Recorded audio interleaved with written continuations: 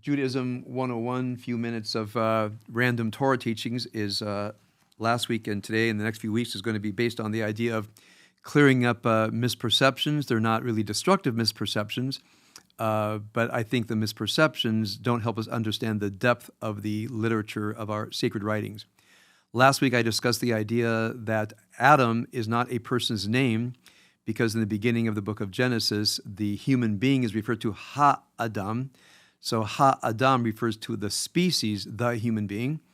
In fact, Chava, Eve, is not given a name until the very end of the Garden of Eden story in chapter 3. So when people mention Adam and Eve in the Garden of Creation, again, it's not bad, it's nice shorthand, but from the text it is Ha-Adam, the human being, V'ishto, and his woman, the human being and his woman. And then the question is, why does the woman of the human being achieve the name Chava at the end of the story, and for us to realize that when the authors were not giving this person a name, but rather a species, were they communicating something deeper than just giving someone a first name? I talked about that last week. You can go to the YouTube channel and check. Because we have the story of Ma'amad Har Sinai, the standing of Mount Sinai today, I wanted to clarify why I prefer the term Egel HaMasecha, the molted calf, and not Egel HaZahav. Again, I don't think it's wrong to call it the golden calf. It is completely sewn into the English language. If you mention Mount Sinai and you say the molten calf, people won't understand what you're saying until you say the golden calf. It's a very efficient way to refer to the story. But remember, because I believe that what we have here is literature, not journalism, the authors of the story consciously chose to use the term Egel Masecha and not Egel Zahav. So I might go a little bit longer than my allotted 10 minutes for Judaism 101 for today. But if you'd like to have a bit deeper understanding of the story, you'll have to go with me to the book of Kings, chapter 12. The book of 1 Kings, chapter 12. Now, in book of 1 Kings, chapter 12, we have the protagonist of the story, Rehoboam, who is clearly a king not favored by God nor by the author. So remember, when you're reading the books of Kings, like the book of Samuel, you're not reading history. You're not reading chronology. You're reading what Bible scholars call a Heilsgeschichte, not a history, not just chronological history, but a holy story. In fact, it's a great idea that when you study Bible at an undergraduate or graduate level, they make sure you distinguish between, for example, some passages in Chronicles that clearly seem to be taken from the Chronicles of the Kings, just a record of what happened, as opposed to Heilsgeschichte, from the German word Heil, which means holy, and Geschichte, which means more a story than an actual chronology. And so whoever wrote the book of the book of Kings in general, 1 Kings in particular, was someone with a certain point of view. I like to remind us that when we're reading Samuel and Kings, we are reading history of the kings written by the prophets. So the prophets wrote this, and if you recall, if you look at the attitude of prophets toward the kings, in general, the prophets are highly critical of the kings because they see them mostly as craven, corrupt, not acting at God's behest, not acting for the benefit of the people, but rather saturated with greed, saturated with self-interest and the interest of the ruling class at the time. So a king of Israel, aside from a few exceptions, is not a positive term. So who wrote the book of Kings? Probably, in my mind, the final editor was our friend Jeremiah. He had a very dim view of the human condition. Jeremiah very likely wrote the first chapter of the Bible, where he talks about tohu vavohu. The fingerprints, the handprints of Jeremiah are all throughout the Bible as one of the final editors of the Torah and the Bible until his time, which was around the destruction of the temple. So we're going to look a little bit at 1 Kings chapter 12. First of all, he is clearly a very harsh king. He's making some plans to put some policies into effect. 1 Kings 12:7, his servants say to him, "If today you become a servant of the people and serve them and respond favorably to them and speak kind words to them, They will be your servants all of your days. But he ignored the advice of the elders who had counseled him, and he took counsel with the youths, or the Utes, as is said in one of our favorite movies. And he had terrible advice, and he turned the people against them. So his kingdom, remember, he has seceded from the kingdom of Solomon, and he has seceded the northern kingdom away from Solomon. Now we're okay. My mind's a little bit flaky right now. I want to go straight to the part that I want to share with you. So we have both the kings, Yerovam and Rehoboam. And the northern king decides that in order for people to come to his sanctuary and not keep going down south, he had to build a sanctuary at Bethel, which was part of the north. The north had, as it were, separated off from the south. It says Yerovam built in Shechem, and he built up a place called Penuel. He says the kingship may revert back to the south to the house of David. If they keep offering sacrifices at the temple of Adonai in Jerusalem, they're going to go back to Rehoboam, the king who caused the split. So coming back to me now, Rehoboam was the son of Solomon. He acted in such a destructive way that the north seceded. Now you have two kings. I'll do the English. Jeroboam up north, Rehoboam down south. Jeroboam up north is afraid that people are going to go south and continue to worship at the temple in Jerusalem. So what does Jeroboam do? Now we're going to look at the 1 Kings 12:28. 1 Kings 12:28. It says, the king took counsel and made 2 golden calves. Now in 1 Kings 12:28, it actually says, Shnei Egle Zahav. As far as I know, this is the only time that it actually says golden calves. Everywhere else in the Bible, it says molten calves. He took 2 golden calves, and then look at what he says. It is too far to you to go up to Jerusalem. Now, listen to what Yerovam says. He says, Hine Elohecha Yisrael, asher he'elucha me'eretz Mitzrayim. These are your gods, O Israel, who brought you out of the land of Egypt. These are the exact words that Aaron uses when he builds the molten calf in today's Torah portion in Exodus chapter 32. The precise exact words. And then it talks about the people who went up to Shechem to worship at the shrine in Bethel as opposed to going to Jerusalem. What does this tell you? Now remember, we're looking at the Torah as literature, not journalism. And also when we look at our text, it's composed of many, many different sources. So here's the consensus of scholars. Exodus chapter 32 was written after 1 Kings 18. Exodus chapter 2 was written after 1 Kings 18, which means whoever wrote 1 Kings 18 already had this text in front of him. It was almost certainly a male. And he composed Exodus chapter 32 in many ways as a polemic against 1 Kings 18. But he added a mention. So the idea that people built a golden calf, and Aaron said, these are your gods, Israel took you out of Egypt, this is in response to something that looks to be historical in 1 Kings 18. So then at a deeper level, what was the intent of the author of Exodus chapter 32, the molten calf incident? And in many ways, it's a commentary on 1 Kings 18. Now, 1 Kings 18, let's expose that a little bit. 1 Kings 18 tells us that Jeroboam had no spiritual, pious motive whatsoever. It doesn't even appear that he believed in God in any serious way. He was not benefiting the people. He was simply afraid that people would go down to the shrine of Adonai in Jerusalem. So here we have exposed the person, and this is very much falls in with a Marxian critique of religion, which is it's just about power.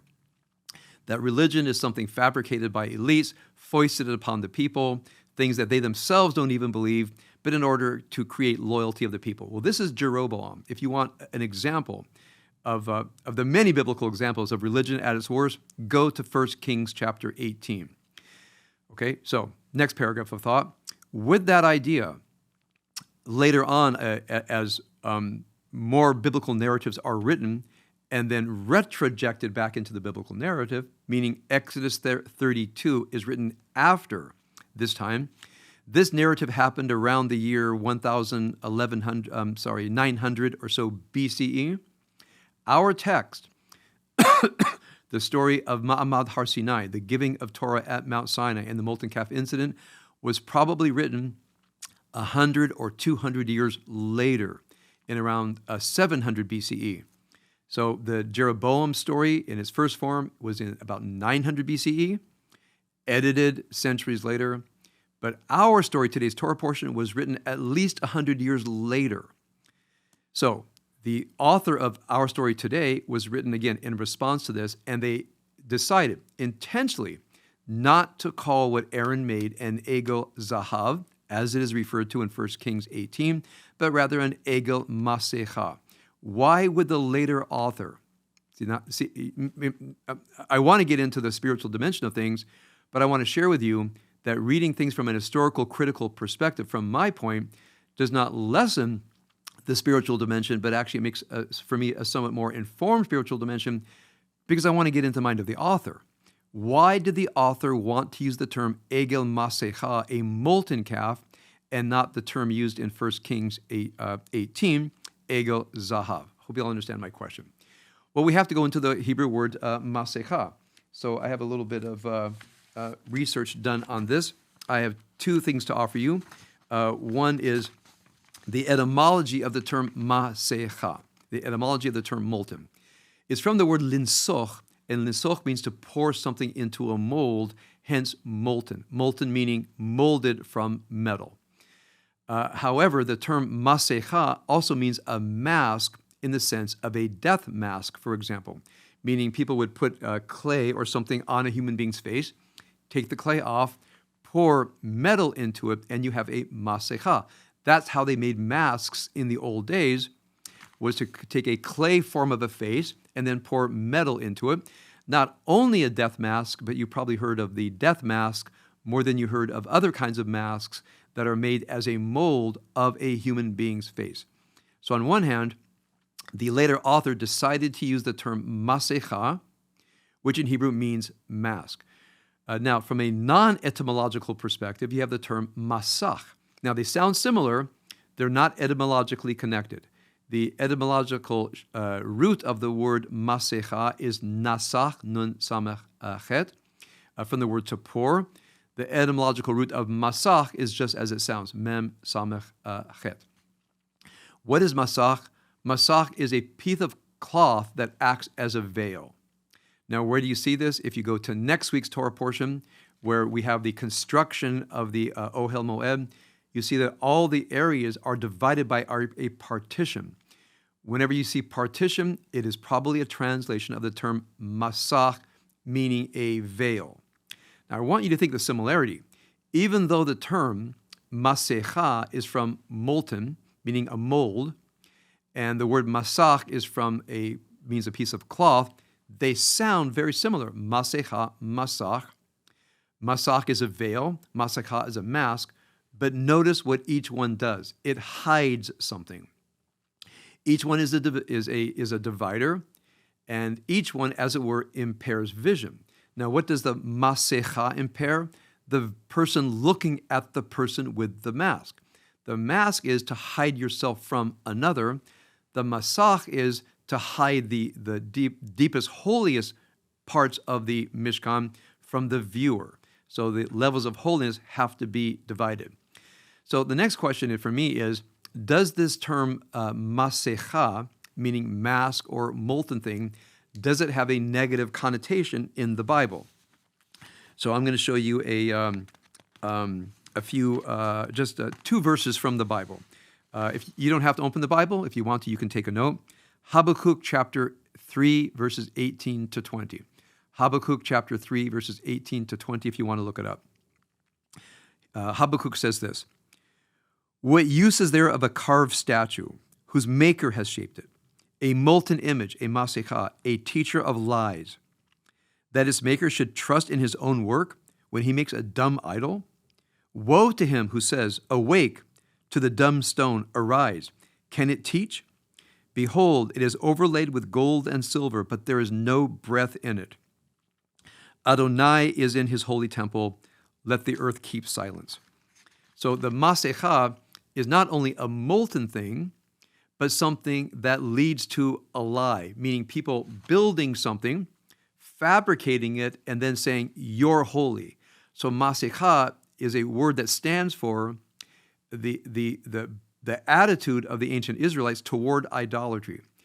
The idea that they worshipped the idol, that's one thing. But the idea to attribute to the idol divine qualities and look at the idol and say, now breathe, now stand up, now arise. That idea was a complete confusion of values, a confusion of reality.